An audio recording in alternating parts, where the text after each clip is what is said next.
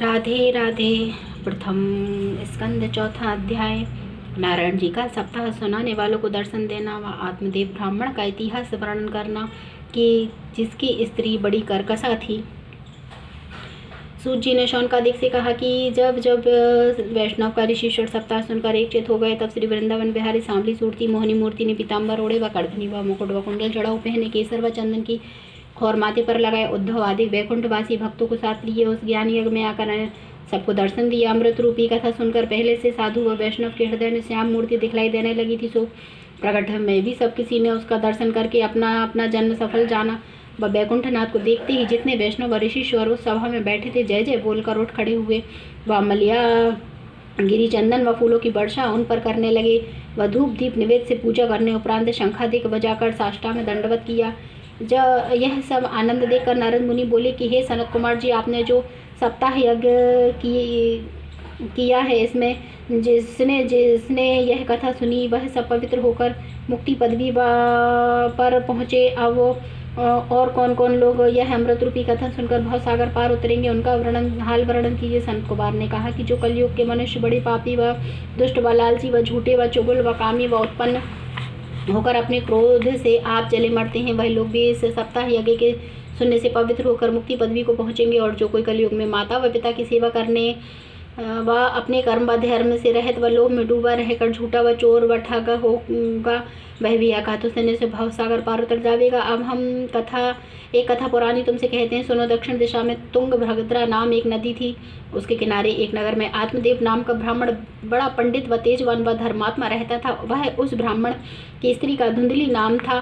वह बड़ी कर्कशा थी। वह दिन रात संसारी माया में फंसी रहकर अपने पति को सब तरह का दुख देती थी, पर वह ब्राह्मण ज्ञानी परमेश्वर की इच्छा इसी तरह समझ कर उसी के साथ अपने दिन काटता था। जब उस ब्राह्मण के पुत्र न होकर बुढ़ाई आई, तब उसने संतान होने के वास्ते व्रत और नियम रखना आरंभ करके बहुत गाय व सोना ब्राह्मणों को दान दिया। जिस पर भी उसकी इच्छा नहीं पूर्ण हुई, तब वह ब्राह्मण अपने मन में बहुत उदास होकर घर से निकला और अपना शरीर त्याग करने की इच्छा रखकर वन में चला गया। तब जब दोपहर को प्यास से बहुत व्याकुल होकर तालाब के किनारे स्नान करने पानी पिया व उसी जगह बैठ कर संतान होने वास्ते चिंता करने लगा, तब परमेश्वर की इच्छा से एक सन्यासी महापुरुष उस तालाब पर आन पहुंचा। जब ब्राह्मण ने उसका तेज देखकर बड़े आदर भाव से अपने पास बैठा ला, तब उस महापुरुष ने पूछा कि कहो ब्राह्मण देवता, तुम इस वन में किस वास्ते उदास बैठे हो? अपनी सोच का हाल हमें बताओ। यह वचन सुनते ही ब्राह्मण आंसू भरने उपरांत हाथ जोड़कर बोला कि महाराज, मैंने पिछले जन्म में बड़े पाप किए थे, इसलिए मेरे संतान नहीं हुई। बेटा ना होने से पितर लोग नरक में जाते हैं। यही दुख समझकर अपना प्राण देने यहाँ आया हूँ। जगत में जिसके पुत्र ना हो, उसका जन्म लेना जीना आकार्थ है व उसके धन व कुल पर धिक्कार समझना चाहिए। मैं ऐसा अभागी हूँ। मेरी पाली हुई गो भी बांझ है व मेरा लगाया हुआ वृक्ष भी नहीं फलता। जो फल बाजार से मूल लाता हूँ वह भी सूख जाता है।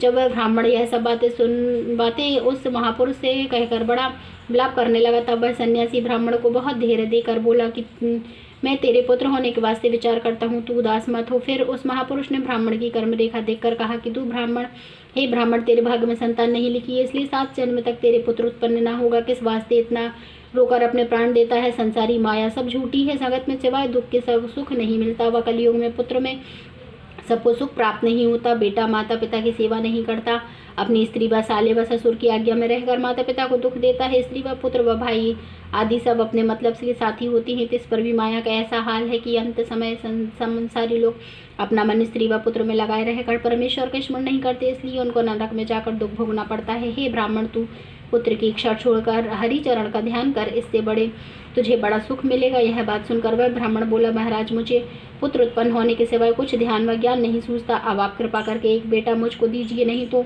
तुम्हारे ऊपर प्राण देता हूँ। जब सन्यासी ने ब्राह्मण की यह दशा देखी, तब फिर उसे संभाल कर कहा कि हे ब्राह्मण, संतान के वास्ते राजा चित्रकेतु ने 10,000 विवाह किए, इस पर भी बेटे का सुख नहीं पाया। इसी तरह से बहुत से राजा पुत्र की चाहना में मर गए, वह मनोरथ उनका सिद्ध नहीं हुआ। जो लोग भाग्यहीन हैं उनका उद्यम निष्फल होता है, इसलिए संतान की चिंता छोड़ दे। यह बात सुनकर ब्राह्मण ने कहा कि आप जितनी बातें ज्ञान की कहते हैं, मेरे चित्त में एक नहीं धसती। दया करके कोई ऐसा उपाय कीजिए जिससे मेरे पुत्र उत्पन्न हो। इस प्रकार की हट देख के सन्यासी ने एक फल उस ब्राह्मण को देकर कहा कि तू यह फल ले जाकर अपनी स्त्री को खिला दे, परमेश्वर की कृपा से तेरे पुत्र होगा। जब वह महापुरुष फल देकर किसी तरफ चला गया तब आत्मदेव घर पहुंचने उपरांत वह फल अपनी स्त्री को देकर बोला कि इसके खाने से तेरे लड़का हो गई। यह बात सुनकर ब्राह्मण देवता कहीं बाहर चले गए। इतने में एक सखी उसके पास आन पहुंची। तब ब्राह्मणी ने उससे कहा कि यह फल मेरे स्वामी ने पुत्र होने के वास्ते कहीं से लाकर मुझे दिया है, पर गर्भ में रहने के डर से ना खाऊंगी। गर्भवती स्त्री का जी मचलाकर उससे भोजन नहीं किया जाता। गर्भ रहने से मुझे चलने फिरने में दुख होगा, घर के भीतर बैठना पड़ेगा। वह सखी सहेलियों की भेंट छूटकर गाने बजाने में विघ्न होगा। वह जानते समय बहुत दुख होगा। कदाचित लड़का पेट में टेढ़ा हो जाएगा तो मेरा प्राण जाता रहेगा। वह मेरा शरीर कोमल है, दुख कैसे सहूंगी।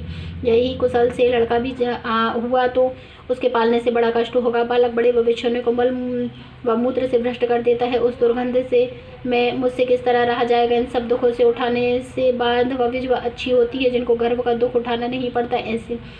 ऐसी अनेक बातें उस ब्राह्मणी ने अपनी सखी से कहकर फल नहीं खाया, उठाकर रख छोड़ा। वह अपने पति से झूठ कह दिया कि मैंने फल खा लिया है। थोड़े दिनों उपरांत उस ब्राह्मणी को बहन ने आकर पूछा कि हे बहन, तुम इन दिनों में बहुत दुबली व उदास मालूम होती हो, क्या कारण है। तब उसने अपनी बहन से कहा कि मेरे स्वामी ने एक फल पुत्र होने के वास्ते कहीं से लाकर मुझे दिया था, सो मैंने गर्भ रहने के दुख से वह फल नहीं खाया। वह अपने पति से फल खाने का हाल झूठा कह दिया। वह घर में मेरे नहीं है, इस बात का उत्तर क्या देंगे, इस कारण से मैं उदास रहे। तो यह सुनकर उसकी बहन बोली, तू चिंता मत कर, मेरे 1 महीने का गर्भ है, सो तू अपने पति से कह दी कि मेरे गर्भ रहा, जब मेरे लड़का होगा तब मैं उस बालक को तुझे देकर उसको तेरा बेटा प्रकट करके दूध पिलाया करूंगी। इस बात की खबर तेरे पति को ना होगी, और जो फल तेरा स्वामी लाया है वह तू अपनी गाय को खिला दे। यह बात सुनते ही उस ब्राह्मणी ने प्रसन्न होकर वह फल गाय को खिला दिया। वह अपनी बहन को आत्मदेव से छिपाकर घर में रखा। जब 10वें महीने में उसके बेटा हुआ तब ब्राह्मणी ने अपने पति से कहा, ला भेजा कि मेरे लड़का हुआ। यह सुनते हुए आत्मदेव ने मंगलाचार बनाकर ब्राह्मण व याचकों को बहुत सदान दक्षिणा दी। ब्राह्मणी ने अपने पति से कहा कि मेरे दूध नहीं होता तब अब मेरी बहन के दूध होता है।